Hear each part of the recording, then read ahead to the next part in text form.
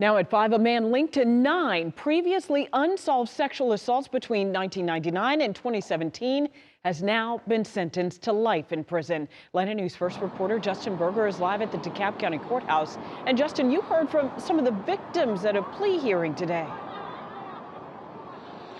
Yeah, Tracy, that's right. Victims expressed a deep trauma, fear, anger, and a loss of their sense of security. Now, their attacker, Wesley Cooley, pleaded guilty to 3 counts of rape in 4 different cases here in DeKalb County. Now, here is Cooley in the courtroom this afternoon. He spoke very little, answering questions from the prosecution with only one-word responses. When offered a chance to address the courtroom, Cooley declined. Thursday's plea hearing centered around 4 sexual assaults that occurred between 2012 and 2017.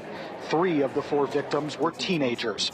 The prosecution says Cooley would offer his victims a ride while they were alone, drive them somewhere else, and then assault them. These survivors were young when the attacks occurred. They have spent years waiting for answers and have been haunted by these crimes. While we know that nothing can change what happened to them, we hope today will bring them some comfort and a measure of closure. Now, Cooley is linked to a total of 9 sexual assault cases and 1 attempted sexual assault between 1999 and 2017.